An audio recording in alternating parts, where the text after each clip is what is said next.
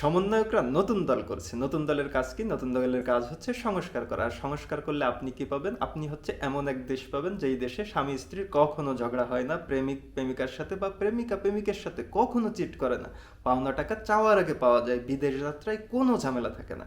এমন শান্তি সুখের দেশ পেতে আপনাকে অবশ্যই অপেক্ষা করতে হবে এবং সংস্কার অবশ্যই অবশ্যই করতে হবে। কিন্তু সংস্কার করবে কারা? সংস্কার করবে হচ্ছে তারা যাদের নিজের দলের নামটা পর্যন্ত মনে থাকে। আমরা একটু আবার শুরু করি, শুরু থেকে। ওসব কথা বাদ দিয়ে এবার আসে আসল কথায়। Second Republic. সেকেন্ড রিপাবলিক কি? সাধারণ মানুষ বোঝে না, বুঝতেও চায় না। এ বিষয়ে শেষে বলছি। আপনাদের চাওয়া ছিল বাক স্বাধীনতা, কিন্তু আপনি কি তা পাচ্ছেন? এ প্রসঙ্গ আসলে চলে আসে গণতন্ত্রের ইমাম নাহিদ ইসলামের কথা।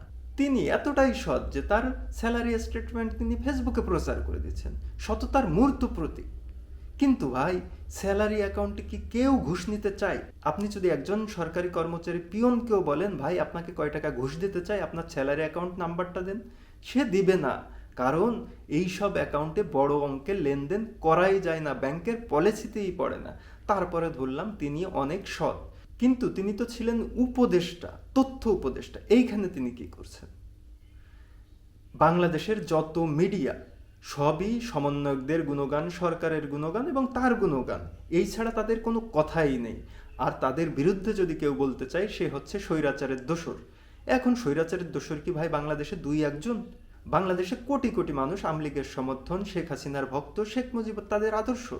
সেইখানে আপনি কোটি কোটি মানুষের মুখ বন্ধ করে দিয়ে আপনি চাচ্ছেন যে বাক স্বাধীনতা। বাক স্বাধীনতা তো ভাই এরকম হয় না। বাক স্বাধীনতা হচ্ছে আপনি যে আপনার যে চরম শত্রু তাকেও কথা বলতে দিতে হবে, তাকেও প্ল্যাটফর্ম তৈরি করে দিতে হবে।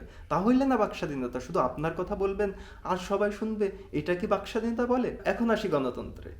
আপনারা গণতন্ত্রের কথা বলতে বলতে মুখে ফেনা তুলে ফেলেন, অথচ আপনারাই বলেন শেখ হাসিনার ফাঁসি না দেওয়া পর্যন্ত কেউ গণতন্ত্রের কথা মুখে উচ্চারণও করতে পারবে না। কিন্তু ভাই, শেখ হাসিনা তো অন্য দেশে, অন্য রাষ্ট্রের হেফাজতে। সেইখান থেকে তাকে আনবেন, ফাঁসি দিবেন। যদি 20 বছর লাগে, 20 বছর কি বাংলাদেশের মানুষ অপেক্ষা করবে একটা ভোট দেওয়ার জন্য? বাংলাদেশের মানুষ তো বোঝে যে ভোট দেওয়াকেই গণতন্ত্র। এখন ভোটের কথা যদি বলতে না পারে, সেখানে গণতন্ত্র আপনারা কিভাবে বলতেছেন? বা গণতন্ত্র থাকতেছে কই?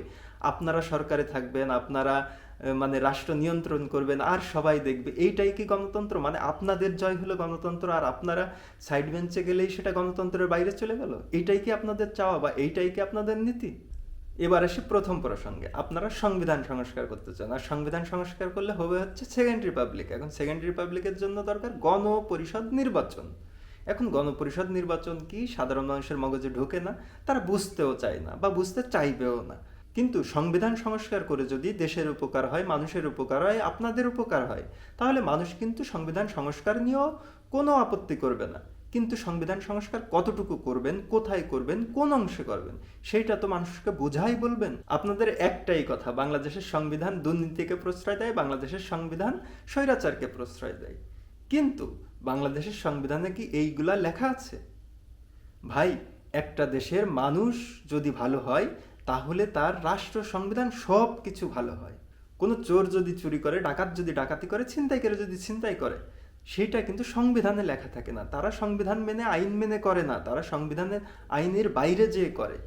তেমনি কেউ যদি স্বৈরাচার হয় বা দুর্নীতিগ্রস্ত হয়, সে কি বাংলাদেশের আইন সংবিধান মেনে এইগুলা করে? সে তো সংবিধান আইনের বাইরে যেই করে।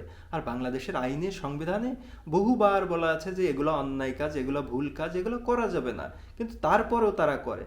সর্বোপরি মানুষের কাছে গণতন্ত্র, স্বৈরতন্ত্র, রাজতন্ত্র এগুলার কোনোই মানে থাকে না যদি সে তার নিরাপত্তা হারায়, যদি সে তার কর্মসংস্থান হারায়, যদি সে তার ভবিষ্যৎ অনিশ্চিত দেখে।